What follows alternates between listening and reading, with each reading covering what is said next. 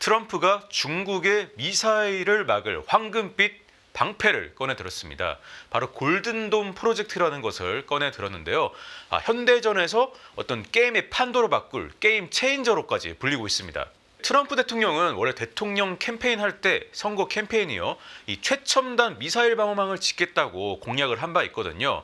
이제 취임 4개월 만에 이 공약에 대해서 구체적인 계획을 이야기한 것이고, 임기가 끝나기 전까지 좀 빠르게 성과를 보고 싶어하는 성격 때문에 이 추진력이 아주 굉장히 탄력을 받을 것으로 보입니다. 트럼프가 왜 이 미사일 방어에 진심일까? 원래 이 미국이라는 나라가 전쟁에 관해서는 정말 축복받은 최고의 땅인데, 식량 있지, 에너지 있지, 양쪽을 대서양이랑 태평양이 막고 있으니까 2차 대전, 1차 대전 때도 아무런 미국 본토가 영향을 받지 않았단 말이죠. 하지만 21세기 들어서 대서양과 태평양이 무의미하잖아요. 미사일 기술이 워낙에 발달했기 때문인데요.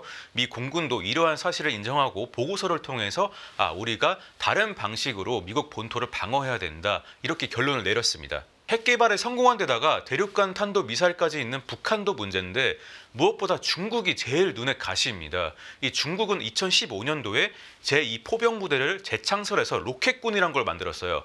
허젠준이라고 하는데, 육군, 해군, 공군에 이어서 로켓군이라는 게 생긴 겁니다. 이 로켓군의 주요 임무는 중국 연안에 접근하는 미군 함정을 막는 거, 그러니까 미사일로 막는 게 주요 임무인데요. 이 로켓군이 처음에 개발한 미사일들은 사거리가 좀 짧았기 때문에 중국 연안의 미군 함정들을 타격할 수 있었는데, 이제는 사거리가 점점 길어지면서 이 초음속 미사일들이 미국 항공모함까지 사격할 수 있게 됐고요. 최근에 똥퐁 R6, 그러니까 DF-26이라고 하죠. 이 미사일 같은 경우는 괌킬러라고 불립니다. 괌까지 타격할 수 있고, 이렇게 가다가는 미국 본토까지 중국의 사정권에 들어오게 되는 겁니다. 그러니까 트럼프가 결국에는 이스라엘의 아이언돔과 비슷한 골든돔을 만들려는 게 중국의 어떤 잠재적인 분쟁을 대비하는 건데요. 순항미사일, 탄도미사일, 극초음속 미사일, 핵무기, 드론까지 이 모든 위협으로부터 미국 북토를 보호하겠다는 겁니다. 중국은 여기에 거세게 반발하는 성명을 냈는데요. 이 골든돔 계획이라는 게 우주 전투수단을 늘리는 거고, 또 중국 측은 이 골든돔이 공격적 성격을 많이 갖고 있다, 이렇게 얘기했습니다. 그러면서 이 우주를 평화적으로 이용하자고 한 우주 조약을 위배하는 것이며, 골든돔은 우주를 군사화하는 거다, 우주의 군비 경쟁을 가속화하는 거다, 이렇게 이야기를 했고, 또 이 골든돔 계획을 빠르게 포기를 하라고까지 압박을 했습니다. 중국이 지적한 대로 이 골든돔은 단순한 미사일 방공망이 아니거든요. 우주를 군사화하는 방공망이라는 데 의미가 있습니다. 사실 우주를 이렇게 군사화하는 어떤 방공망을 만들자는 거는 40년 전에 러시아와 냉전을 하던 레이건 대통령이 이미 제시한 비전인데, 그때는 기술이 없는데 지금 2025년에는 미국의 기술이 있다는 거죠. 이 골든돔이라는 게 결국 지구 반대편에서 날아오는 미사일을 탐지하고 요격하는 거거든요. 그러니까 우주에 있는 위성들이 이 미사일을 탐지하고, 또 지상, 해상 여러 가지 통합되는 시스템이 존재해야 되고, 다층적인 어떤 미사일 방어망을 구축해야 되고, 또 이것들이 또 서로 교신하려면은 최첨단 통신 인프라가 필요하단 말이죠. 이 최첨단 프로젝트에는 우리 돈으로 한 240조 원 정도 되는 대규모 예산이 필요한데요. 일단은 미국 의회에서는 30조 원 규모의 초기 예산이 지금 논의되고 있습니다. 일단 미국 전역에 방공망을 구축하는 거니까 전국 각지에 일자리가 창출될 것으로 보이는데, 인디애나, 콜로라도, 조지아, 플로리다, 노스다코타 등등 혜택을 받을 지역이 굉장히 많습니다. 다양한 산업에서도 일자리가 창출될 전망인데요. 우주항공 방산 분야는 당연하죠. 여기에서 지금 1등하는 기업이 록히드 마틴인데 많이 들어보셨을 것 같습니다. 우주, 공중, 지상, 탐지 분야에서 입증된 역량뿐만 아니라 미사일 요격기와 모든 걸 통합하는 지휘 통제 시스템을 갖췄습니다. 정보통신 산업도 굉장히 중요한데요. 트럼프 대통령은 이 골든돔 계획을 이야기하면서 우리나라에는 실리콘밸리, 그리고 정말 그레이트 마인드, 뛰어난 인재들, 뛰어난 지성들이 있기 때문에 이건 두플리케이트, 절대 복제될 수가 없고, 미국만의 어떤 기술력으로 이 골든돔을 만들겠다고 이야기를 했습니다.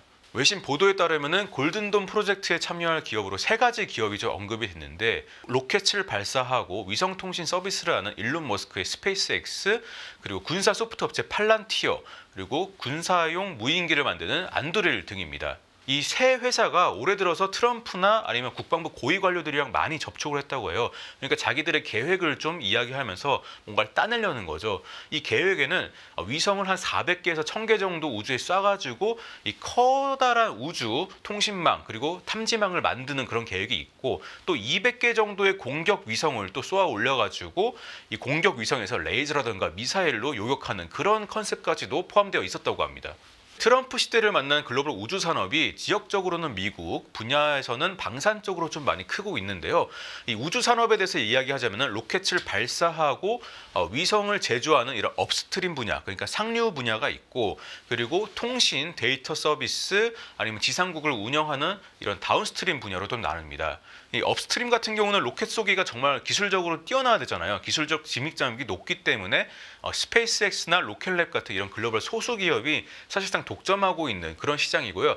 그리고 다운스트림 같은 경우는 기술 장벽이 비교적 낮습니다. 그래서 다양한 기업들이 참여할 수 있는데, 위성통신이라든가 인공지능을 결합된 어떤 위성통신 서비스, 이런 게 러시아 우크라이나 전쟁을 통해서 굉장히 중요하다는 걸 사람들이 다 알게 됐거든요.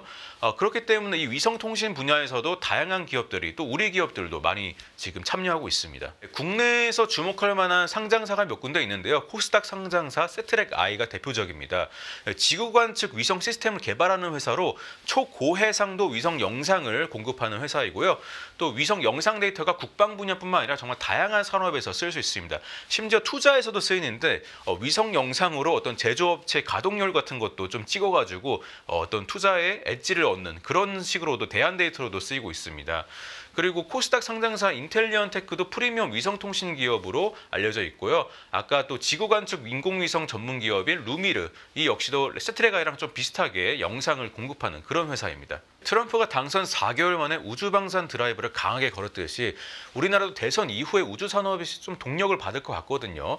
이재명 더불어민주당 후보는 우주항공 방위산업을 미래 성장 동력으로 만들겠다. 경남의 우주항공 국가산업단지를 글로벌 우주항공 중심지로 격상하겠다고 말했고, 김문수 후보도 경남 사천에 우주항공청을 찾아가지고 우주항공 그리고 특히 방산 분야는 정말로 우리가 가야 될 미래 방향이다라고 강조를 했습니다. 이준석 개혁신당 후보도 대통령이 되면 우주공학 분야를 키우겠다고 했습니다. 미국과 중국의 패권 다툼의 영역이 우주로까지 확장되고 있는데요. 우리나라 역시도 여기서 넋놓고 있으면 안 됩니다. 빨리 우주항공 분야 그리고 방산 분야를 키워가지고 어떤 틈이라도 발견한다면 여기서 시장을 먹고, 또 이 시장을 바탕으로 방산 분야, 국방 분야, 안보까지 챙겨야 하겠습니다.